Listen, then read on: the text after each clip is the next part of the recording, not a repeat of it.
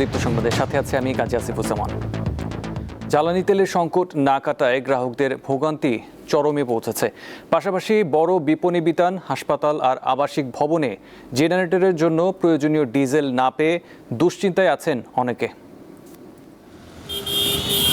তেলের পাম্পগুলোর আশেপাশে যানবাহনের দীর্ঘ সারি এখন পরিচিত দৃশ্য। পাশাপাশি ভোগান্তি বাড়ছে শপিং মল, আবাসিক ভবন আর বেসরকারি হাসপাতালগুলোতেও। বিদ্যুৎ ও জ্বালানি সাশ্রয়ের লক্ষ্যে দেশের সকল শপিং মল ও দোকানপাট সন্ধ্যা 7টার মধ্যে বন্ধ রাখার নির্দেশ দিয়েছে সরকার। এর প্রভাব পড়ছে বেচা বিক্রিতেও। যতক্ষণ ইলেকট্রিসিটি থাকে ততক্ষণ ইলেকট্রিসিটিতেই চলে, আর যখন আপনার ইলেকট্রিসিটি চলে যায় তখন আপনার জেনারেটরে চলতো, কিন্তু বর্তমানে চলে না। এক ভাগ বেচা কিনা নেই, তা মানুষ চলবে কিভাবে? এতে আমরা কোনো দোকান ভাড়াও দিতে পারছি না, দোকানের গোডাউন ভাড়া দিতে পারছি, দোকান ভাড়া দিতে পারছি না, তেলের কারণেই। আমাদের কাস্টমারগুলো হলো সন্ধ্যার পরে, আমাদের সারাদিন অফিস সারে কাস্টমার, সন্ধ্যার পরে আমাদের কাস্টমারগুলো আসে। এখন আমাদের বিরাট সংকটই চলতেছে। এটি রাজধানীর একটি বেসরকারি হাসপাতাল, যেখানে 24 ঘন্টায় নিরবিচ্ছিন্ন বিদ্যুৎ প্রয়োজন। লোডশেডিংয়ের সময় তাই দরকার পড়ে ডিজেলেরও। তাই জেনারেটরের জন্য প্রয়োজনীয় জ্বালানি তেল আনতে এখন ভোগান্তিতে পড়তে হচ্ছে হাসপাতাল কর্তৃপক্ষকে। আমার এখানে 1 ঘন্টা যদি কারেন্ট না থাকে, আমার প্রায় 100 লিটার প্লাস ডিজেল লাগতেছে। তো দেখা গেছে যদি 500 লিটার ডিজেলের জন্য যায়, আমাদেরকে দিবে 200 লিটার বা 100 লিটার এরকম দিচ্ছে আর কি। তো সবচেয়ে বড় ব্যাপারটা হচ্ছে একটা টাইম। আমার এই তেলের জন্য গেলে 2-3 ঘন্টা লাইনে দাঁড়াই আমাকে কিন্তু নিতে হচ্ছে। আবার রাজধানীর বড় বড় আবাসিক ভবনেও বিদ্যুৎ চলে গেলে লিফট চালু রাখা সহ বিভিন্ন কাজে জেনারেটর প্রয়োজন হয়। জ্বালানি সংকটে এখন তারাও আছেন বিপদে। আমাদের যে পরিমাণ তেল লাগে, বর্তমানে ওই পরিমাণ আমি চাহিদা মেটাতে পারি না কারণে আমার লাগে 60 লিটার, আমাদের ওরা দেয় বর্তমানে 30 লিটার। তেলের সঙ্গে কারণে পুরো তেল দিতে পারে না। দ্রুত এই সমস্যার সমাধান চান ভুক্তভোগীরা। লাবণী গুহ, দীপ্ত সংবাদ, ঢাকা। জ্বালানি তেলের সরবরাহ পরিস্থিতি নিয়ে জানাতে এবারে সাভার থেকে যুক্ত আছেন সহকর্মী এম এ হালিম। কথা বলবো তার সাথে। হালিম, পাম্পগুলোয় যানবাহনের লাইন কতটা দীর্ঘ, আর সাভারে ফুয়েল পাস চালু হয়েছে কিনা জানাবেন, এবং হলেও এর প্রভাব নিয়ে বলবেন।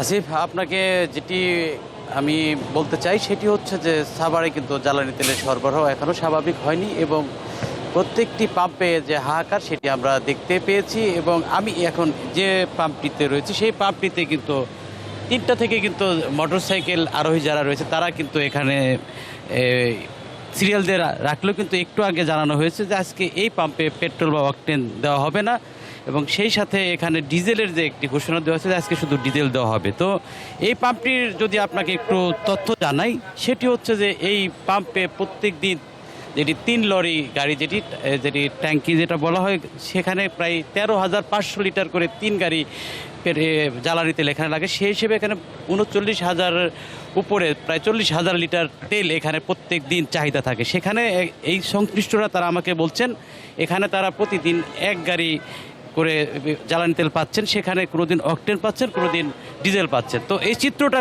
থেকে আপনি বুঝতে পারেন যে আসলে কতটা সরবরাহ। আপনি জানেন যে 2দিন আগে থেকে যে তীব্র গরম পড়েছে, তাপদাহ, সেই তাপদাহের কারণে কিন্তু লোডশেডিংয়ের মাত্রাও বেড়েছে। এবং আমি যেটি আবাসিক একটি বাসাতে আজকে কথা বলেছি, সেখানে যেমনটি জানতে পেরেছি তাদেরকে প্রত্যেক দিন প্রায় 70 লিটার ডিজেল লাগে, সেখানে তারা পাচ্ছে 35 লিটার করে ডিজেল। সেখানে কিন্তু গতকালকে থেকে তারা যেমনটি বলছেন এতদিন প্রভাবটা না পড়লেও গতকালকে লোডশেডিংয়ের কারণে সারাদিন তারা এই জেনারেটর বন্ধ রেখেছে, এবং রাতের বেলায় শুধু তারা দিয়েছে। সব মিলিয়ে যেটি আরেকটি বিষয় বলছিলেন যে উপজেলা পর্যায় থেকে কিছু কিছু পাম্পে যারা এখানে আসে বা প্রতিষ্ঠানে পাস দেওয়া হয়েছে, সেগুলোর প্রভাব কিন্তু এখন বলতে গেলে নাই। পেট্রোল না থাকলে সেখানে কিন্তু পাশের যে ব্যাপারটি যে পাস কার্ড, সেটি কিন্তু কোনো প্রয়োজনই পড়ছে না। সব মিলে সাভার শিল্পাঞ্চলে কিন্তু একটি আমরা দেখতে পাচ্ছি জ্বালানি তেলের যে হাহাকার, সেটি আমরা কয়েকদিন যাবত লক্ষ্য করলে কিন্তু লোডশেডিং এর কারণে। আপনাকে ধন্যবাদ। আমার কাছ থেকে রাঙামাটির লংদুতে জরাজীর্ণ গাউসপুর সেতু দিয়ে চলছে ঝুঁকিপূর্ণ পারাপার। এতে দুর্ভোগে পড়েছেন 4টি ইউনিয়নের প্রায় 1,00,000 মানুষ। স্থানীয়দের শঙ্কা, ব্রিজটি যে কোনো সময় সম্পূর্ণ ভেঙে ঘটতে পারে বড় দুর্ঘটনা। এই বছরের মধ্যেই নতুন সেতু নির্মাণের কাজ শুরু হবে বলে আশ্বাস দিয়েছে এলজিইডি। কাঁচালং নদীর পূর্ব পাড়ের বগাস্তর, গুলশাখালী, ভাসান্নদম ও আমতলী ইউনিয়নের 50,000 মানুষের যাতায়াতের একমাত্র পথ গাউসপুর সেতু। 90-এর দশকে নির্মিত সেতুটি গত 8-10 বছর ধরে আছে একদম জরাজীর্ণ অবস্থায়। ফলে প্রায়ই ঘটছে দুর্ঘটনা। এছাড়া ব্যাহত হচ্ছে পাহাড়ে উৎপাদিত কাঁচামাল ও পণ্য পরিবহন। ক্ষতি বাড়ছে কৃষকদের। প্রতিনিয়ত এখানে মোটরসাইকেল ড্রাইভিং এ দুর্ঘটনার শিকার হয়। আমি নিজেও একজন ভুক্তভোগী। আমি একদিন যখন কাঁচা সবজি নিয়ে মানিতে যাচ্ছিলাম, তখন মোটরসাইকেল অ্যাক্সিডেন্ট করে পড়ে যায়, তখন মারাত্মক একটা ব্যথা পাই। ভাই প্রায় 8 বছর ধরে এই অবস্থায় পড়ে আসছে। এখন পর্যন্ত এটা কেউ সংস্কার কাজ বা পুনর্নির্মাণ কাজ কেউ করে নাই। এই ব্রিজটা চলা মানুষের যাতায়াতে ঝুঁকিপূর্ণ, কোন সময় কি দুর্ঘটনা হয়। স্কুল, কলেজ ও মাদ্রাসার শিক্ষার্থীরাও আছে ঝুঁকিতে। যে কোনো সময় বড় দুর্ঘটনার শিকার হওয়ার আশঙ্কা তাদের। ব্রিজটা পারাপার করতে আমার অনেক ভয় লাগে, যে মনে হয় যে অনেক সময় ভেঙে যাবে ব্রিজটা, নিচের পিলার ড্যামেজ হয়ে গেছে। এই ব্রিজটা খুবই তাড়াতাড়ি সংস্কার দরকার, আর না হয় দেখা যায় হঠাৎ করে ব্রিজটা ভাঙা পড়তে পারে। কর্তৃপক্ষ বলছে শিগগিরই কাজ শুরু হবে। এটা আমাদের টপোগ্রাফিক সার্ভে এবং সয়েল টেস্ট কমপ্লিট করে আমরা সদর দপ্তরে পাঠিয়েছি আমাদের ডিজাইন ইউনিটে। আমরা আজকে ডিজাইনটা পেয়েছি। এই ডিজাইনটা এখন বেটিং করে আমরা আবার পাঠালে চূড়ান্ত ড্রয়িংটা পেয়ে যাব। সেক্ষেত্রে আমরা প্রাক্কলন করে অনুমোদন নিয়ে টেন্ডার করে সবকিছু মিলে 2-3 মাস সময়ের মধ্যে আমরা বাস্তবায়নে চলে যেতে পারবো ইনশাল্লাহ। স্থানীয়রা জানান, গাউসপুর সেতু পুনর্নির্মাণের দাবিতে গত 10 বছর ধরে বহুবার মানববন্ধন ও কর্তৃপক্ষ বরাবর স্মারকলিপি দিয়েছেন তারা। সংবাদও প্রকাশিত হয়েছে গণমাধ্যমে, তবুও দৃশ্যমান কোনো উদ্যোগ নেওয়া হয়নি। সাইফুর রহমান শিশির, দীপ্ত বার্তা কক্ষ। ঐতিহ্যবাহী পুতুল নাচ ও পুঁথি পাঠ সহ নানা আয়োজনে যুক্তরাষ্ট্রের ফ্লোরিডা অঙ্গরাজ্যে উদযাপিত হলো বাংলা নববর্ষ। প্রবাসে উচ্চশিক্ষার জন্য যাওয়া একদল শিক্ষার্থী এই আয়োজন করে। প্রতি বছরের ন্যায় এবারও ইউনিভার্সিটি অব ফ্লোরিডার গ্র্যাজুয়েট স্টুডেন্টস অ্যাসোসিয়েশন অব বাংলাদেশের আয়োজনে যুক্তরাষ্ট্রে উদযাপিত হলো পহেলা বৈশাখ। জাতীয় সঙ্গীতের মধ্য দিয়ে শুরু হয় বর্ষবরণের প্রথম ভাগ। এরপর এসো হে বৈশাখ গানের মধ্য দিয়ে নতুন বছরকে বরণ করে নেওয়া হয়। একে একে নাচ, গান আর কবিতায় বাঙালির সংস্কৃতিকে তুলে ধরেন শিক্ষার্থীরা, যেখানে ছিল মোট 27টি স্টেজ পারফরমেন্স। পুরো আয়োজনের বিশেষ আকর্ষণ ছিল পুতুল নাচ, যার মধ্য দিয়ে বাঙালির হারানো ঐতিহ্যকে তুলে ধরবার চেষ্টা করেন শিক্ষার্থীরা। পুঁথিপাঠ, যে নামটার সাথে বর্তমান প্রজন্মের পরিচিতি নেই বললেই চলে। অনুষ্ঠানে পিএইচডি অধ্যয়নরত ছাত্র নিজেই পাঠ করে শোনান স্বরচিত পুঁথি। দর্শকদের মুগ্ধ করে 70 দশক থেকে সমসাময়িক বাংলা চলচ্চিত্রের গান নিয়ে প্রদর্শিত ছায়াছন্দ। বর্ষবরণের এই আয়োজনে উপস্থিত ছিলেন প্রায় 250 বাংলাদেশি। ল্যাব ও গবেষণার ব্যস্ততা হলে কিছু সময়ের জন্য সবাই যেন ফিরে যান নিজের শেকড়ে। যুক্তরাষ্ট্রের ফ্লোরিডা অঙ্গরাজ্য থেকে সাবরিনা সিরাজ, দীপ্ত সংবাদ।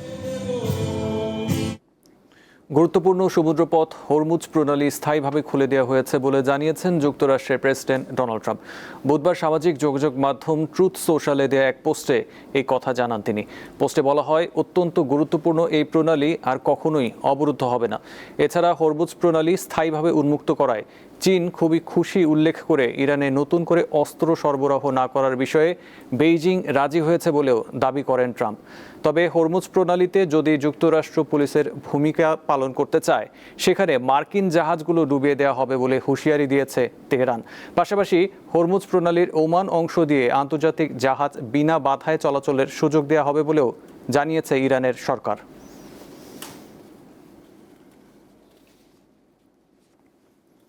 ইরানে সামরিক অভিযান পরিচালনায় প্রেসিডেন্ট ডোনাল্ড ট্রাম্পের ক্ষমতা সীমিত করার একটি প্রস্তাব আবারও যুক্তরাষ্ট্রের সেনেটে পাশ হতে ব্যর্থ হয়েছে। স্থানীয় সময় বুধবার হওয়া ভোটে প্রস্তাবটির বিপক্ষে 52টি এবং পক্ষে 47টি ভোট পড়ে। এটি পাশ হলে ট্রাম্প কংগ্রেসের অনুমোদন ছাড়া ইরানে সামরিক অভিযান চালাতে পারতেন না।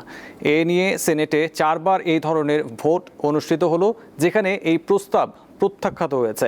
ডেমোক্র্যাটরা বলেছেন তারা আইন প্রণেতাদের অবস্থান স্পষ্ট করতে নিয়মিত সেনেটে এই ধরনের প্রস্তাব তুলবেন।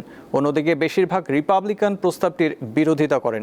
প্রস্তাবটির সমর্থকদের দাবি 28 ফেব্রুয়ারি ইসরায়েলের সঙ্গে যৌথভাবে যুদ্ধ শুরু করে ট্রাম্প সাংবিধানিক ক্ষমতার সীমা অতিক্রম করেছে।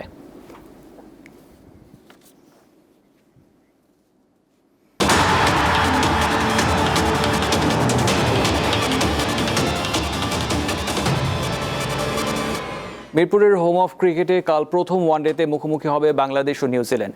এর প্রস্তুতি হিসেবে বুধবার অনুশীলন করে দুই দল। 3 ম্যাচের সিরিজ জয়ে পরিকল্পনার পাশাপাশি পরস্পরকে সমীহ করছে নিউজিল্যান্ড ও বাংলাদেশ।